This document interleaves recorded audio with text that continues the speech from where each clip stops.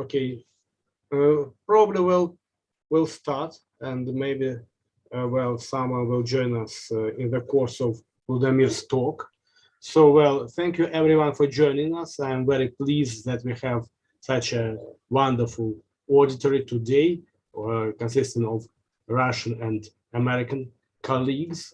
I'm very happy that we have this chance to virtually cross the seas for listening to Ludomir. And today we have the second talk by Ludomir Lozny. Well, and in his second talk, Ludomir promises to, well, elaborate in more detail on the theoretical premises of his first paper, his first talk. And the title of this talk is Participatory Polycentric Governance as a Viable Strategy for Sustainable Well-being. Yes, so Ludomir, you are welcome. Okay, thank you very much, Dmitry. So today, as Dmitry said, I will elaborate on the theory that I presented a week ago. My intention a week ago was to show how entangled, complex these political systems are, and to show that those typological labels, band, tribe, chiefdom, or state, well, they indicate certain stages of political complexity, but they don't explain much. As all typologies, they don't explain, just classify things. So what I want to do today is to discuss more cases that first my own research, but also ethnographic cases that inspired me to think about polycentric, or I call it multi-agent political schemes. And the argument is that such schemes did exist in the past. We just have to look for them. Now, and they still continue today quite successfully. So in the larger scheme of things, I question the idea, which is still very common, of the centralized political system. And the more centralized the system is, the better it works. Well, it may work in dictatorships, but it doesn't really work in any other systems. And I'm not sure if dictatorship is the best political system we know. I'm quite sure politicians like it because nobody questions what they do or how they do things. But I'm more concerned about the people than politicians. And I also want to mention that my approach is about studying interactions among people. Not really. I'm not very much interested in the behavior of elites. So I understand, the monumental architecture and things like that are very interesting because they show certain potential. But I'm more interested in how people behave towards political centrality and so on. And this is why I use this concept of sphere of authority, which is a very dynamic entity, changeable, to show that people can organize. The self-organization is one of the most interesting concepts in human behavior, how people can organize themselves and create, contribute to whatever they want to create or make. But let's start my discussion. I'm very pleased to see Professor Kovalevsky here. I hope he will not criticize me too much for what I'm going to say, but some of what I'm going to discuss today has been inspired by his writing and his thinking. and also David Small, whom I think I met about 10 years ago when I edited a book on archaeology, and he contributed one of the chapters.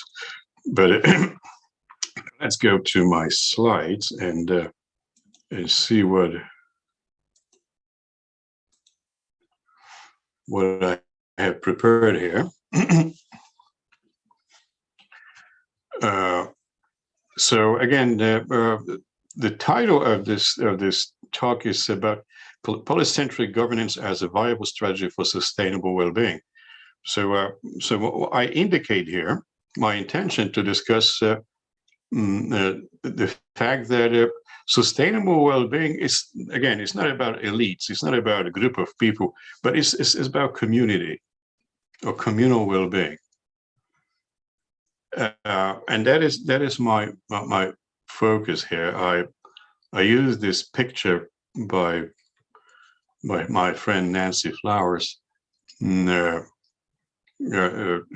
Show the picture shows the man feasting and sharing food and so on. That's the allegory of the metaphor of what I want to talk about today. So my paper concerns several topics, which I also discussed last week, or some of these. Polycentric governance, collective action as the overall scheme, the framework for this type of behavior that I'm interested in. The concept of sphere of authority as an analytical unit to assess this level of complexity of political systems. One of my conclusions also relates to diffusion of conflict. Conflict is very much diffused. I'm not saying it doesn't exist, but it's under control in the polycentric political scheme. It's well under control. And finally, I will mention sustainable well-being, which I think is well, it's a big topic that people discuss today. All kinds of disciplines. It's a very interdisciplinary topic. But in my interest, well, sustainable well-being means the type of existence for or survival of the commune, of society. Again, not individuals. So I'm not interested in how people become leaders and how they accumulate power and so on. That's not what I'm going to discuss today. And also, I want to mention that on certain occasions, I will repeat what I said last week, because I need to create certain context to present the case studies. So the first question I want to ask that guides my research here is what justifies polycentric decision making? Why even discuss it? Polycentric decision making means that different agents, actors contribute their decisions, and of course not all those decisions will be followed. But the first question: why so many? Why can't we just designate one person and listen to what he or she want to say? So as I discussed last time, for instance, one example why polycentric decision making is interesting is because, for instance, if we talk about conservation efforts or climate change and how we can mitigate those problems, well, we know that it is impossible to cope with such big problems individually. There has to be a communal effort, and because of that, we need to have ideas from different actors, different decision-making centers, and discuss those ideas and so on. Because of that, I suggest that polycentric governance, as opposed to centralized ruling, is an efficient strategy to manage common pool resources. This is the context that my idea is probably the best visible in the context of common pool resources. All kinds of resources, they become common pool, commonly accessible. But those attempts, they may produce short-term results that may contribute to long-term strategies. I say might contribute because whether they do it or not, that's a different question. So I employ collective action theory to explain social resilience. Resilience is interesting here, and stability through cooperation, through a certain type of management, especially in the context of common pool resources, but almost anything can be turned into common pool resource. Why? Because cooperation combine formal, which are always costly, very expensive, administration with informal, locally managed or political or administrative units, which they don't have to be very expensive, actually could be based on a voluntary basis. Private ownership is expensive. So that's one of the significant reasons why I'm interested in polycentric governance. I also examine cooperation under specific ecological stress. As I mentioned last time, I'm interested in those intermediate forms of political decision-making, ad hoc, organized decision-making centers or hubs, something that is not permanent, not very tangible. That's why it's so difficult to see it in the archaeological record, and so on. But on the other hand, I think that archaeological and especially ethnographic cases suggest that polycentric administration is a successful strategy to manage short-term risks, diffuse conflicts, and secure economic benefits. So I conclude, and I will make that conclusion at the end of my presentation. I conclude that polycentric governance, organized as collective management of resources, common pool resources most likely, mitigates problems such as overuse or degradation and contributes to and because of that, they contribute to sustainable well-being. Of course, we have to assess how sustainable is the well-being, but that's a different problem. So here I repeat those questions, those more specific questions that I asked a week ago, questions about how political decision-making process happens, are questions about how to develop the order and authority needed to improve the human condition, how to infuse a modicum of order, a measure of effective authority. By effective authority, I mean the level of compliance, how people comply. And of course, what is effective governance capable of ameliorating, if not resolving, numerous problems that emerge in all kinds of social groupings. And to follow, I follow up with a little bit more specific questions, such as, is centralized governance the correct answer? Well, in my view, it's not. But again, don't accuse me of presenting anarchistic ideas to here. As I mentioned last time, I like this, and I thought a lot about the archaeology of anarchy but I have not produced any ideas yet that I want to share with anybody else. But maybe in the future, we'll see. Yeah. So is centralized governance the correct answer? Well, some might say yes, it is, because it works. Look around the world how people manage political decision making. Well, I'll say, does it really work?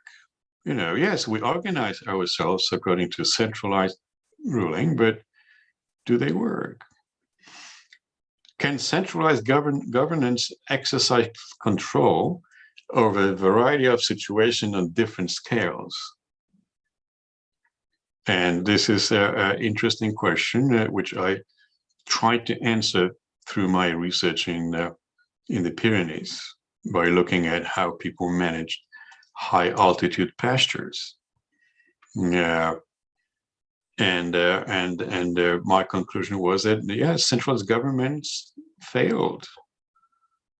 But I'll get to that in a moment. And the last question is, does it centralized ruling connote the sum of all the diverse efforts of communities at every level to move towards goals while preserving their coherence from one moment in time to the next? And this is one of the key questions that I will try to answer today. Again, I think that polycentric governance is a much better answer to this question than hierarchical, centralized type of governance. So here are the hypotheses that guide my research. I claim something that might sound obvious, but I say that societies devise, adopt, and maintain cooperative arrangements under which they become interdependent. That's one of the interesting points here. Interdependent, willing, and capable of following networks of communication to create conditions for sustainable well-being. Again, my emphasis is on interdependent, especially neighboring societies, whether they're countries or tribes. I don't like to use such labels. They don't mean much to me. But neighboring communities, societies, devise such cooperative network of decision-making and behavior. So under certain conditions, a network of communal organizations of different scales becomes a successful alternative to centralized decision-making. And I will identify those conditions today. I'll focus on the obvious conditions, especially when it comes to management of land, food, water, things like that. And the second point in my hypothesis is that in a polycentric structure, a federation of independent governing bodies organized as a set of nested institutions focused on a common goal contributes to effective, beneficial to all parties involved, sustainable well-being. Again, we can argue whether it is a nested type of organizations or horizontal.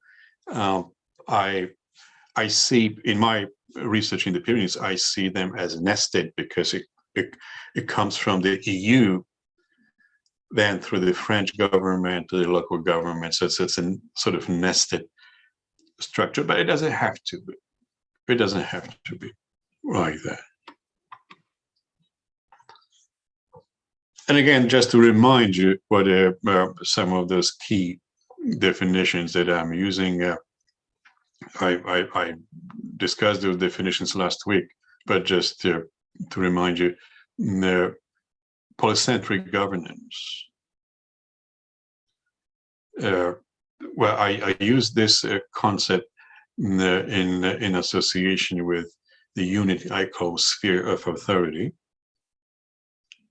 So I'm not using traditional labels such as leaders and chiefs or chiefdoms and states and so on. And as you remember from the last week, polycentric governance is more about functions, social functions and structure. Right. So I'm looking at how people behave, what do they do, and then not necessarily how they organize themselves. Because many of those spheres of authority are short-lived units. They don't survive long, but the effects of their existence do. And that's how we can look at, for instance, the archaeological record and try to analyze it from a different, this non-Marxist, as I discussed last time, point of view. Although it is somewhat also Marxist. Marx is very interesting component here, but again, it's not my topic of my discussion today. So the word governance indicates interdependence, not dependence, but interdependence in governing. I look at the EU structure, for instance, and I see 7 today countries that involuntarily gave up their sovereignty, political sovereignty, to become one political unit, but they're still independent countries. So there is a great level of interdependence in governing. It's a federation of independent states. The US is a federation of independent states, but those states are those states in the US, they're still united through language and culture, shared culture, and so on. The EU structure the interdependence is a very unique, because those countries, those people were enemies. If you look at history, the last 1,000 years, history between France and Germany,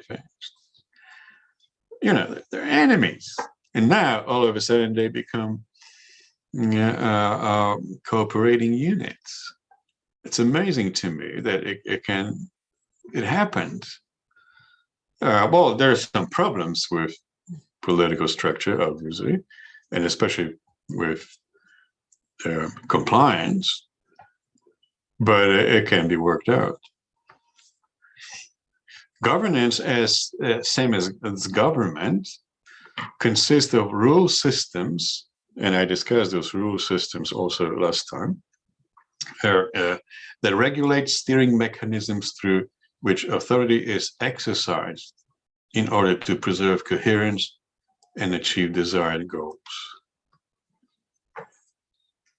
And those rule systems, I discussed rule systems last time, so I will not talk much about these today, but I just want to make sure that the rule systems, there's a variety of rules here, or rule systems, from simple, such as moral issues, to more formal, such as the law, the legal system. Customs, tradition, norms, and so on will all be here, and different groups of people, different spheres of authority will be founded on certain type of those rule systems.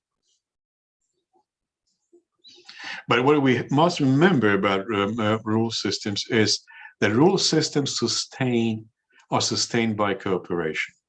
So people agree, people comply with certain ruling, they accept such rulings. That's what authority is all about, is the socially accepted use of power. And I mean, it has to be socially accepted, because otherwise the system becomes dictatorial. And what is significant to remember about rule systems is that they emerge due to negotiations and consensus. So there is no domination. If it is domination, it is socially accepted, so it doesn't look like domination. And those rules are sustained by cooperation among collectivities, whether in a centralized or multi-agent or polycentric structure. But again, I discussed these rule systems last time, so let's move on to case studies. Many case studies, which I'm not going to discuss today, by the way, are in the book, which I co-edited with Tom McGovern. It was published by Springer a couple of years ago, I think 2019. Global Perspectives on Long-Term Community Resource Management, with excellent foreword by Carl Crumley. It's a good friend as well. So you'll find quite a lot of examples here in this book, but I want to talk about other examples which are not in the book, which I looked at. I looked at those examples when I tried to conceptualize the problem I have with one of my research areas, which is social complexity in North Central European plains in the early Middle Ages, especially in the time period between 500 until 900 or 600 and 900 AD, Common Era, which is the time after the collapse of the Roman Empire and before organization of big, complex state-level complexities in the areas. This includes the influence of the Vikings and Norman influence, and also the Carolingian Empire, but before the full extent of the Holy Roman Empire and other state-level complexities in the region. So I discussed a number of cases, as you can see. I also talk about very interesting studies that inspired me a lot in the American Southeast, intertribal multi-agent co-management in the Great Basin area in the United States, communal, national, and the EU governance schemes regarding high altitude pastures in the Pyrenees, which is based on my research in France. The Berber scheme to cope with a very drastic environment, to cope with access to pastures, another access to pastures in also very arid environment in Ethiopia. Fishing rules in Zambia in Africa, polycentric rules about collection of berries among Native Americans in Canada, polycentric rules about access to water in the Andes in Bolivia, and also examples from modern states. Modern states, the first one is in the United States, the wildland fire control. And the second example is from Sweden, comanagement of wetland landscapes. So I start with archaeological evidence through, if we use those classical labels, through tribal, looking at tribal systems and how they can manage or organize polycentric decision making, then go to more complex state-level complexities, including modern states. So here's the problem, how I started with the whole idea about the multi-agent or polycentric level of political systems. This is my database in North Central Europe, which consists of Germany and what is today Western Poland. This is a map of sites. Those blue rectangles, they represent hill forts, defensive systems, and those are the red dots, they represent villages. So this is the structure before state level complexity. So we are not looking at any state here or state level structure. So I try to find out what is that I'm looking at. What are these things? What are these clusters? And especially interesting is that none of these clusters seems to be dominating the other. There is very little in historical studies about mutual relationship. So I wonder what is this all about?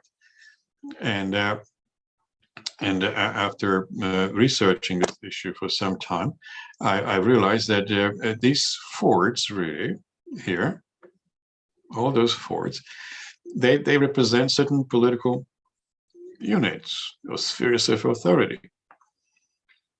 They're defensive systems, so there's a need for such structure, obviously, but they do not really form what we would call a chiefdom in this traditional sense, as Carneiro discussed in his many papers.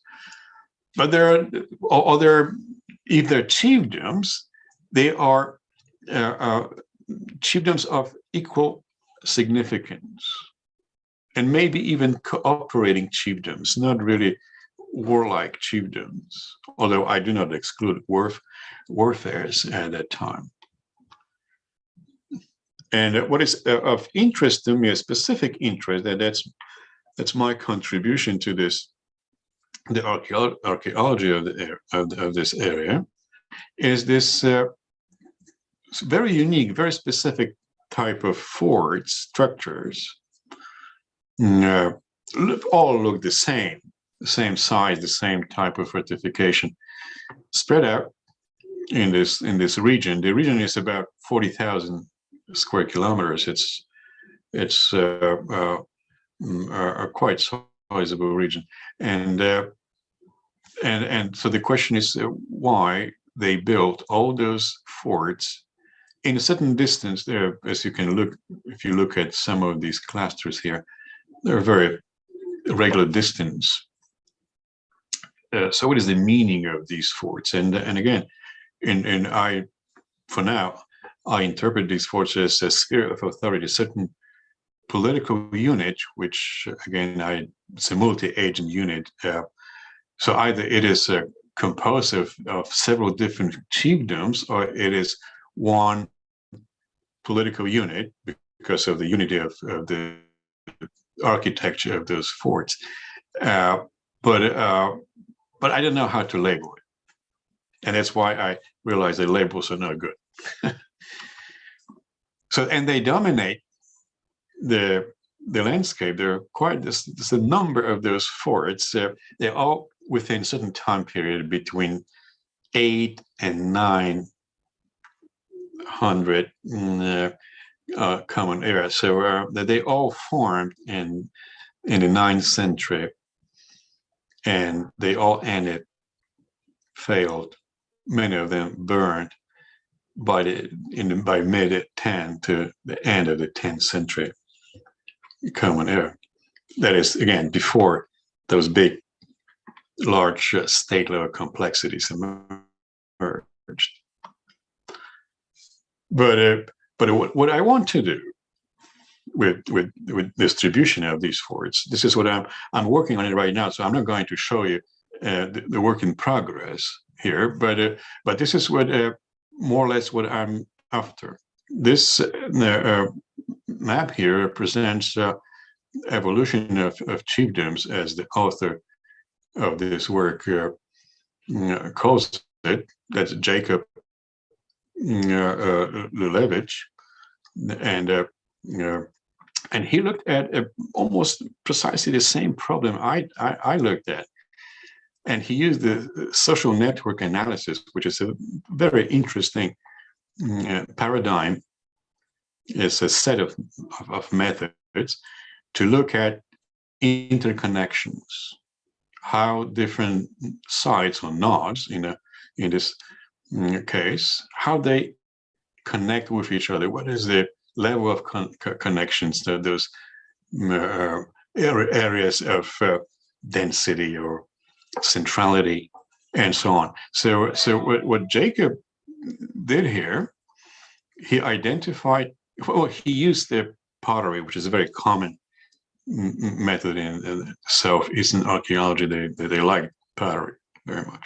So he used the temper and surface treatment to show the extent of presumably political influence or administrations, one may call it. And he came up from this type of structure, which again is looks very much polycentric to me, to the emergence of a big center, and then a constellation of other sites around it, until the solution of the whole thing by 1650, the whole network disappeared. So this is the method I'm going to use. I'm using actually right now. I have a number of maps here to show the level of interconnection between or among those different forts, to argue that this was some sort of political unit which does not fit the classifications we have now. So I may propose a different classification here, a different label. But again, I'm not after labels here. I'm just trying to show how complex political systems and how entangled political systems are, and how our thinking about those political systems might be simplified by using those labels. So let's talk about other cases that reinforce my ideas. Again, I look at applications of polycentric governance in ethnographic and other contexts to see if they're successful. Many of them probably fail, but some are quite successful, and especially interested in those that may apply to the archaeological data record. So I looked at an intertribal comanagement of land in the Great Basin area. This is studies done by Erkens back in 1999. He published that study in 1999, and it's a very interesting conclusions here, which I will identify a little bit later. But the point is that several tribes, Native Americans, co-managed the land. So we could translate this into modern economic terms. They own it. Although I don't like the term ownership, but they own it. They used it on the same basis. There was no. That's what Erkens argues, that there is no one central decision-making center to regulate access to the land. But the land is mostly hunting grounds, but this is not or hasn't been used in agriculture. The agriculture in the Southwest is a little bit south of the area. This is the Mojave, part of the Mojave Desert and a Great Basin. So it's definitely not agricultural land, but it's very much what we would today identify it as no farmland. It's useless. But nonetheless, Native people have arranged certain way of accessing the land, mostly for hunting. In my research in the Pyrenees, about 10 years ago. Well, I started about 20 years ago and finished it about 10 years ago. Yep. I looked at the management of high altitude pastures. This is a very interesting context, because what I did, I was allowed to use the national park area to investigate, to do my research. So the area is not endangered by any modern developments. So I'm able to look at the structure of this management of those pastures as they existed almost for about 1,000 years. But nonetheless, we still have, and local people that I talk to, they complain very much about how the EU, especially the Nature 2000 program, affected adversely how they do things in the Pyrenees, and also state governments, whether Spanish or French. But what I was really interested in was how the local governments, local communities manage those high altitude pastures against a very limited resource. And I was amazed to find out that they still follow the rules set by different treaties that go back to the Middle Ages, the Kingdom of Navarre, for instance. And they still honor it. So this is the La Basse Valley, and when we walk all the way up, we could see that certain pastures were shared by the French and Spanish villagers. There was no problem. There were conflicts, and many conflicts. I also described those conflicts in the book I showed you earlier.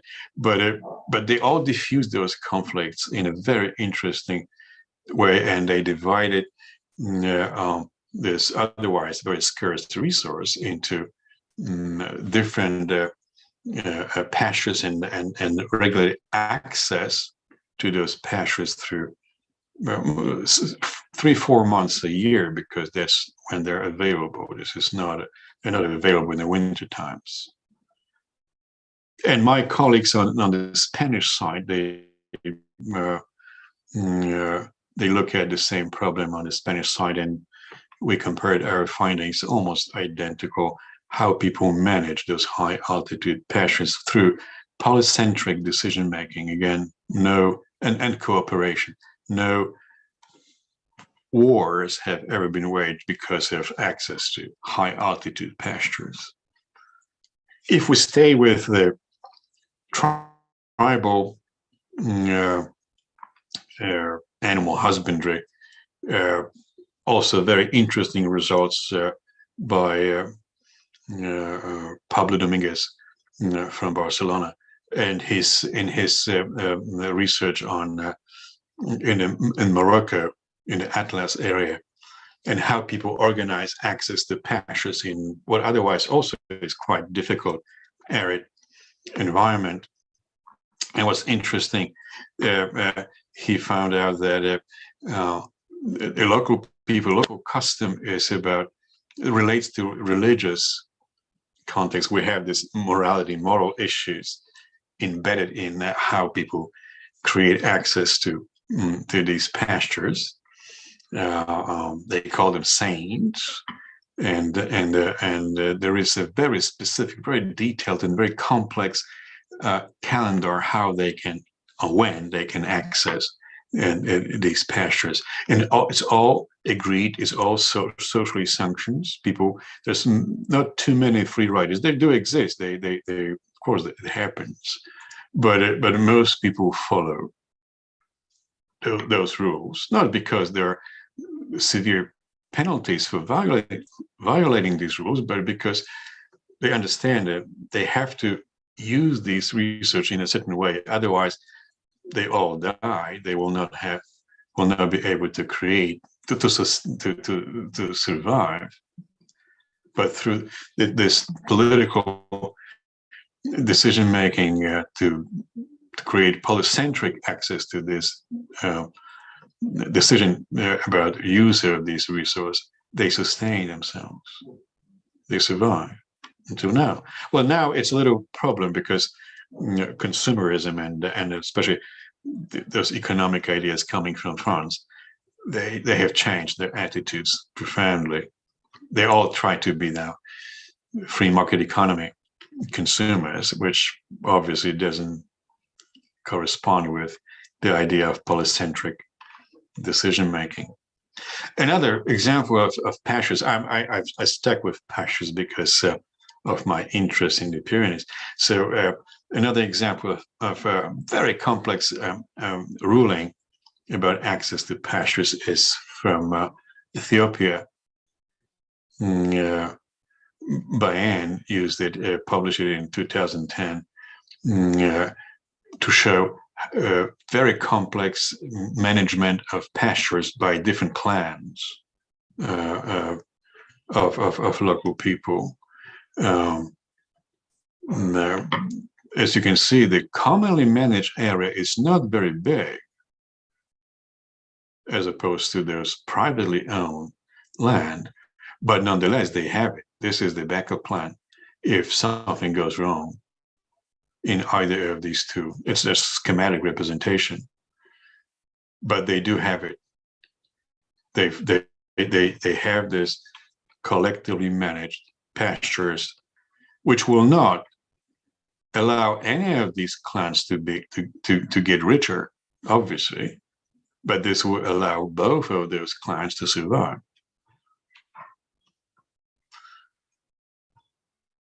One of my favorite examples of polycentric decision-making is from Zambia. Tobias Haller researched that interesting political scheme. And again, well, the research is also in my book, but he published that in Human Ecology some time ago, in 2008. And here's a good example of how governmental decision making is mitigated by local decision makers who allow access to fishing for all kinds of communities. This is communal fishing in the river now. So people have access to food. Access to food is not a problem. It's not controlled, although the government likes to control such access by issuing all kinds of licenses. But no, local governments change that. Local chiefs seems to have more power than the government, and they change the rules how people can access this resource. Also, the Native Americans from Canada. This might be a good example to argue how foragers may regulate access to resources. Again, we think of foragers that, okay, they go and pick up all those berries and whatever they find and eat right away. This hand-to-mouth idea. Well, it's not as easy as you may think. Because look at this scheme, this mapping out how this collection of berries and fishing and other activities, how they contribute to a very complex network of how people behave towards each other, how they share food. This example is by Brenda Parley. From Canada, the Northwest Territories in Canada. So again, a very polycentric, decentralized decision-making in terms of food sharing. Food sharing, this has been researched in anthropology for many years, and seems like food sharing is obviously based on polycentric type of decision-making. But here is another issue, access to water. in the Andes, especially in Cochabamba, in Bolivia, a very arid area. And it's the most interesting here is that the local people have devised this way how to access water, so all people have at least some water every day. So the system, and this is what Amber Woody researcher also some time ago, the system is managed according to certain rules that I think are quite universal when it comes to access to scarce resources. And these rules are uniformity, contiguity, proportionality. They ensure access to all eligible community members. Again, no competition for vital resource such as water, but cooperation, and people seem to survive. There is no conflict here. And my final examples, two examples, come from modern states. But it seems in modern states, modern governments, those centralized governments, are not powerful enough to cope with problems that emerge. So local governments take over. The federal government still regulates certain access, certain rules, but local governments take over and mitigate problems quite successfully. This is about wildland fire in the American West. As you may have read many times, this problem is rising, especially in California and Oregon. This is the case that I found out by J.C. Abrams in Idaho and Oregon. But also native people, I know that native people, the Cherokee, for instance, have also organized certain ways how to mitigate wildland fire, forest fires, and so on. A problem that must have existed in the past. This is not a recent problem. We know of such problem in Indonesia. Andrew Vida, Pete Vida, discussed it in Indonesia through all his life. And I talked to him many times about how the Indonesian people, whether local people, indigenous people, or government, how they mitigate the problem. It does exist in Siberia, in Russia. It does exist in North America, maybe not as much in Central Europe or Western Europe, but in areas where we have both big aggregations of forests and also industry.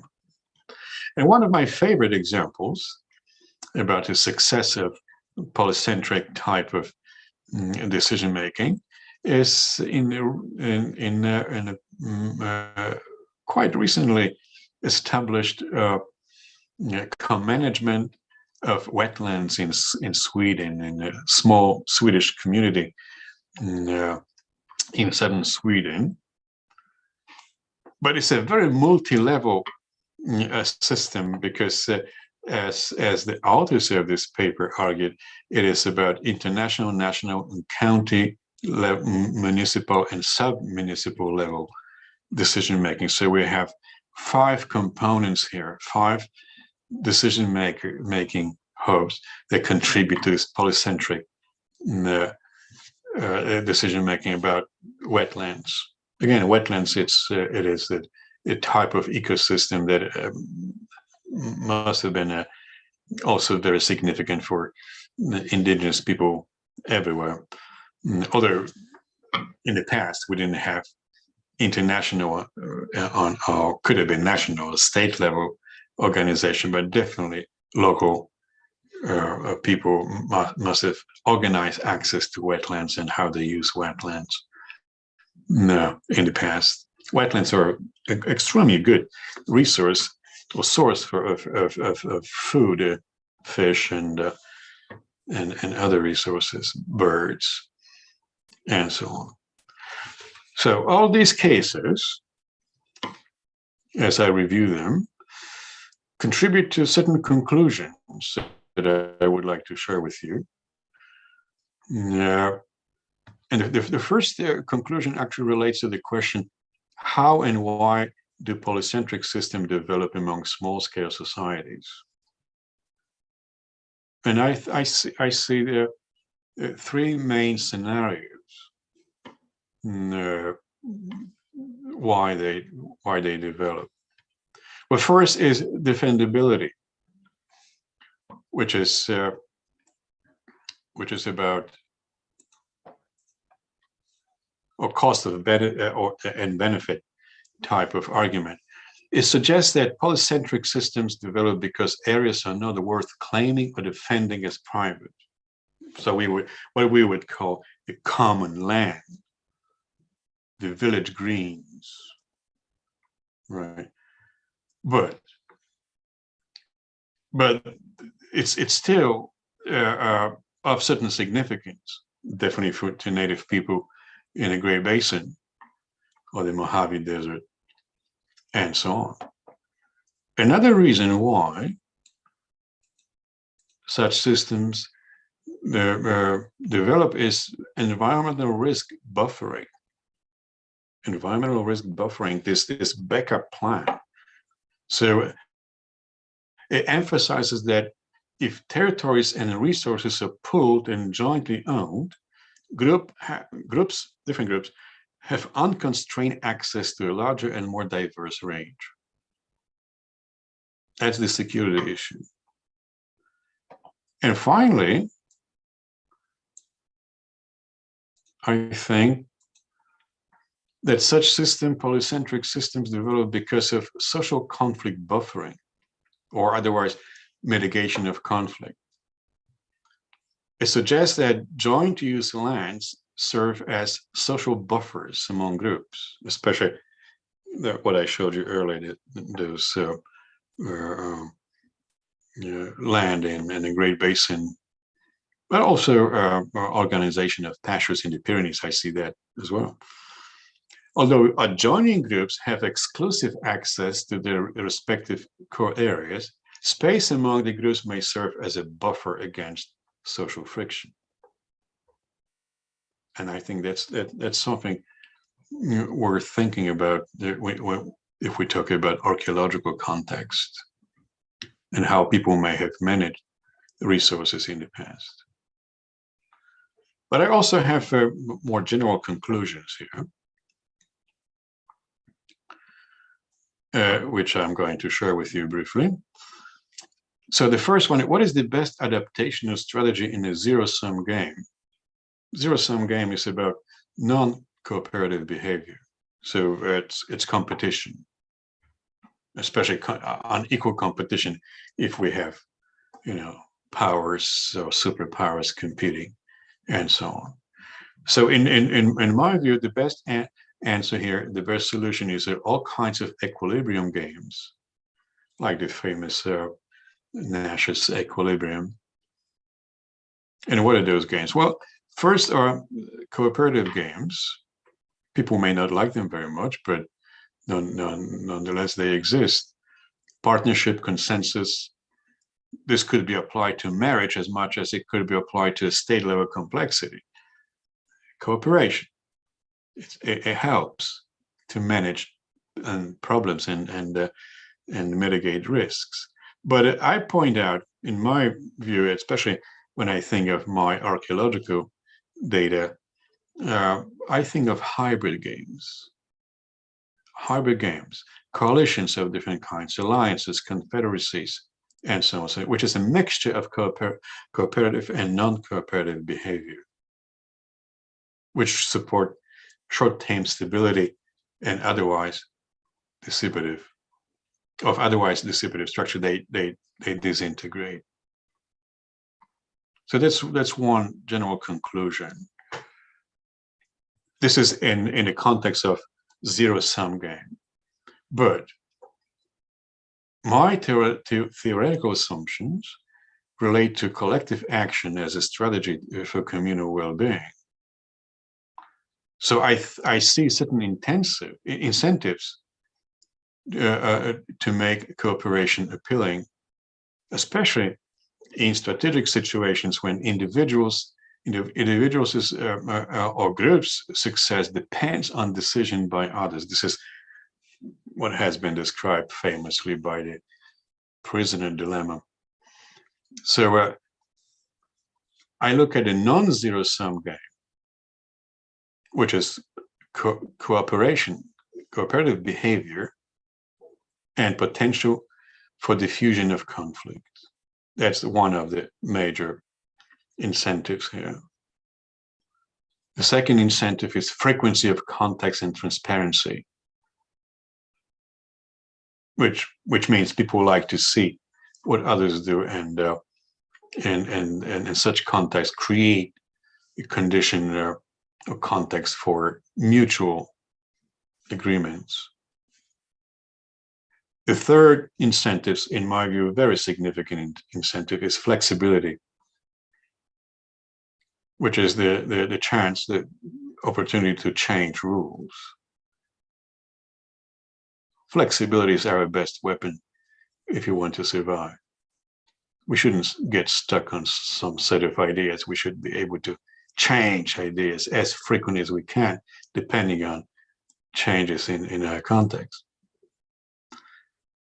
And the final incentive here is a group resilience, which obviously contributes to stability as well, or equilibrium. So my final conclusion here relates to how I answer the question, is participation or polycentric governance a viable strategy for sustainable well-being? And here's my comment here.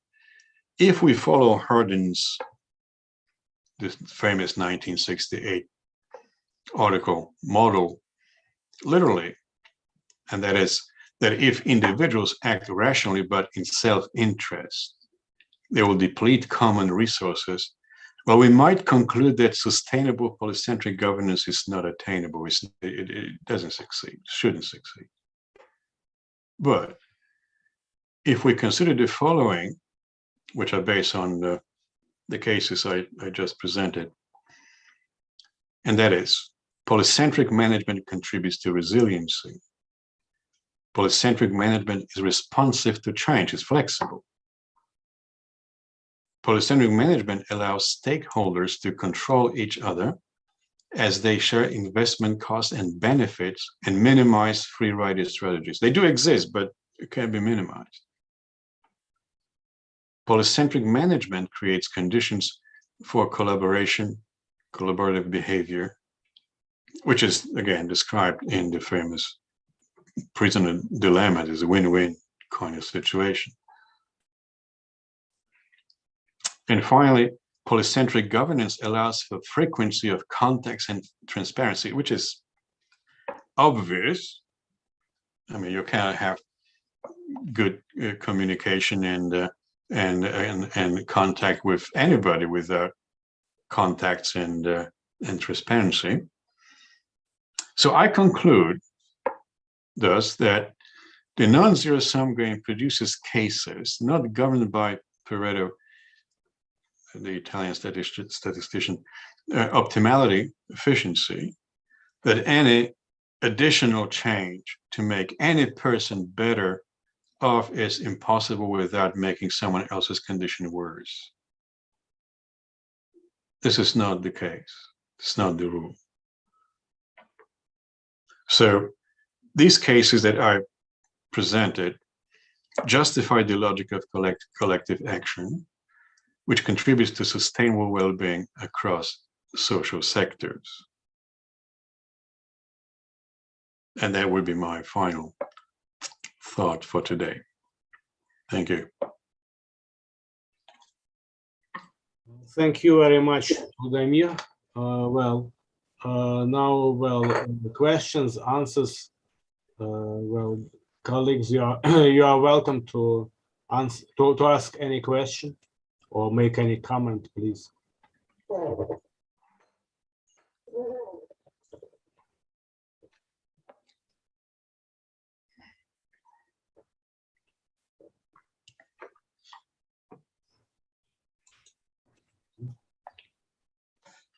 Yes. Yes. So please, Steve.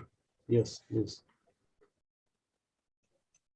Oh, can you hear me now? Yes, yes. Okay. Yeah. Well, thank you very much for the interesting presentation and with lots of examples. I wanted one point of clarification that I didn't quite understand and wondered if you could elaborate just a little bit more. Early on in the talk, you just mentioned briefly that private ownership was expensive. And I wondered if you could elaborate or refine that a little bit. I didn't quite follow. This was in the discussion of private property and public goods. Right. Yeah, well, what I meant basically is that private ownership is expensive to maintain because it includes, for instance, if we talk about defensive issues, it includes the military, the enormous spending on defense systems. It's maintenance in terms of for instance, if we look at irrigational systems, they have to be maintained. Who will arrange that? We know that cooperative efforts are financed, let's say, communally through taxation. So taxes may contribute to that. But if someone wants to regulate access to water and have privately owned irrigational system, will have to spend a lot of money and effort and power to organize people to maintain such systems. So I think if you look in the past, especially in the Southwest context, Native people have arranged their the maintenance of irrigational systems always in a communal way. I looked at such systems in the Netherlands back in the 80s, and I see how the Dutch government spends so much money maintaining the canals in enormous way, and then municipalities took over and did it in a much more efficient way, and so on. So this would be one example of what I mean by private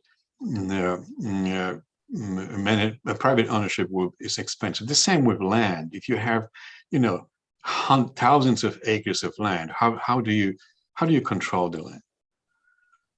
Well, you hire your own army, and do it that way, but it's costly. Or you can lease the land to different users or sub-users, and they do it for you for some, and it will pay you for that.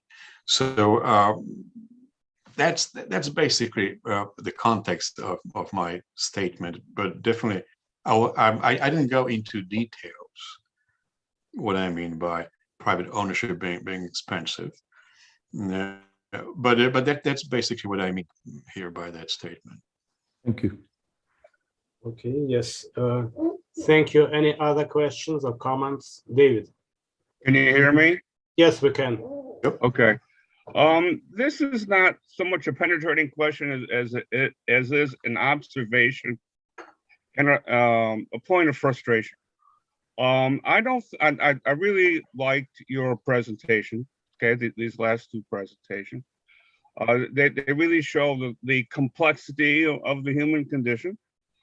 But I feel that archaeology has not kept up with this.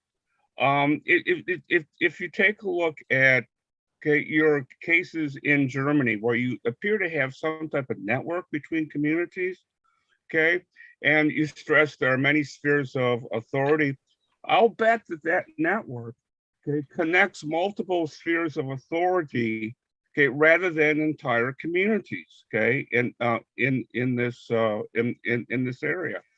And archaeologists are slow to appreciate that. Okay, they tend to think that different communities, the different polities, are sort of linked from the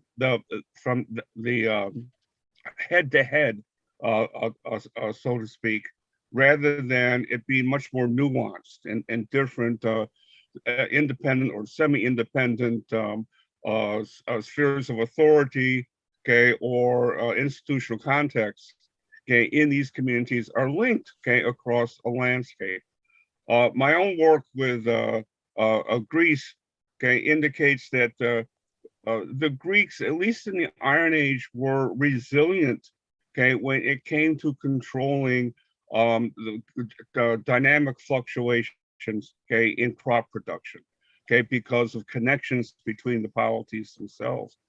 But it really wasn't connection from the from the head.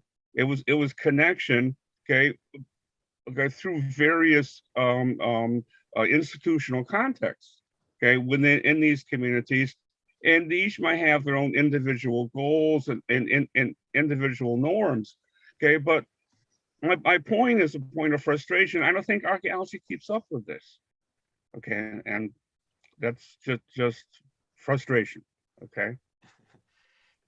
I share this frustration with you, David. That's why I'm looking outside of archaeology for ideas, political science, ecology, and so on. You're right about what you just said, and I think in the book you published with Cambridge, it's a very good example. That we need to introduce new ways of thinking about social complexity and how it worked or how it didn't work in the past. But we're stuck for some reason. Maybe it's a problem with education, how we're being educated, how those ideas are propagated over time. But we're stuck on this neo-evolutionary context, and it's difficult to get out. Okay, yes. Any other observations? Yes. Okay, then maybe I will make a comment, if I may. So, well, the point I would like to make is the following. Well, if polycentric governance is so efficient and even cheap, why is it not universal, or even to be sure, why is it actually not actually quite a rare case? So as I see it, and I would like Ludomir to tell me if I am right from your Ludomir point of view. As I see it, it depends on the strength of internal social ties in the community. So strong social ties which provoke desire for collective action. So strong social ties is the condition sine qua non for polycentric governance. And when social ties in the community are weak, this is when we see that authoritarian, in a sense, power will compensate the weakness of these ties. This is what, for example, one can see in contemporary African states, in many contemporary African states, where national feelings, well, the unity of the national community is quite weak, and it's compensated by the, well, authoritarian power of the state as much as it can be compensated, of course, not completely. And then centralized governance, where it appears really compensates weakness of community ties, ties within society as such, ties that may be too weak to provide effective self-organization in society. So I see here the dilemma of self-organization versus organization from atop of the community. Am I right? Oh yeah, definitely. Definitely, but keep in mind that what I discussed doesn't apply to state level communities, organizations. Yeah, but right. Yes, that's If I try to transcend. if you want to, if you want to use my ideas in the context of state level organization, we have revolution. We have revolution. People take over, and you know there are problems in the beginning, and they may introduce a new way of governing. But as I mentioned in the beginning of my presentation, my ideas apply. At least this is where my thinking is apply to short-term goals and communal concepts. My idea of sphere of authority is this connection between elements of hierarchical system, or connection, or actually enlargement of those elements of hierarchical system. Hierarchical systems are by definition dictatorial. If we have a hierarchy of system, it has to be dictatorial. Democracy is the first concept that tries to eradicate this dictatorship out of the hierarchy, but it's not very successful as far as I can see. The polycentric type of political organization applies to communities, small scales organizations, groupings, but definitely not state levels.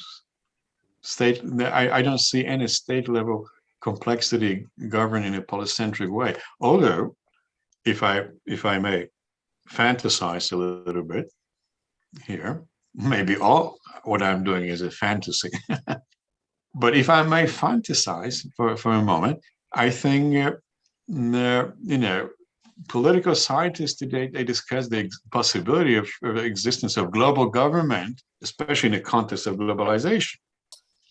Right, so we have economic global network. Now, can we create political global network? And in my view, when I talk to my friends, political scientists, in my view, the only way a global political network may exist is through polycentric structure, which is not to have one or two or three big political systems, let's say Washington, Moscow, and Beijing, as controlling powers, but a network of decision makers, polycentric, of what is significant, of the same status. So we can eradicate the domination, right? Without it, there is no global political system. It will be illusionary, because the global political system will be controlled by these three powers, right? But now the question is, will these three powers allow the creation of political center? Will they voluntarily devalue their contribution, their political contribution, and control, and allow others, to participate? But that's not the question I'm willing to answer now, or through my talk. So going back to your question, Dmitry, I think that you have pointed out to enormous dilemma, obviously, but it's a little bit outside of what my intention in my talk was about. It's the question is too big. I cannot answer this question. It's enormous. Thank you very much. Any other comments? Any other ideas, thoughts?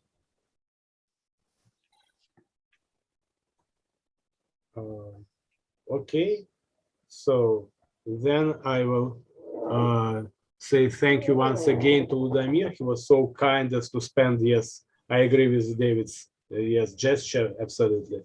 Ludomir was so kind as to spend 2 mornings or evenings in Moscow, well, with us. And I'm sure that we all have learned a lot and got a lot points to think about from his talks. And I am pretty sure that we will see each other again. Thank you very much, and have a good day to everybody. Thank you very much. Thank you. Thank you. Thank you. Thank you very much. Thank you, Dmitry. You're welcome. Thank you Thank very you. much. Goodbye. Goodbye. Thank you very much. Bye-bye. Goodbye.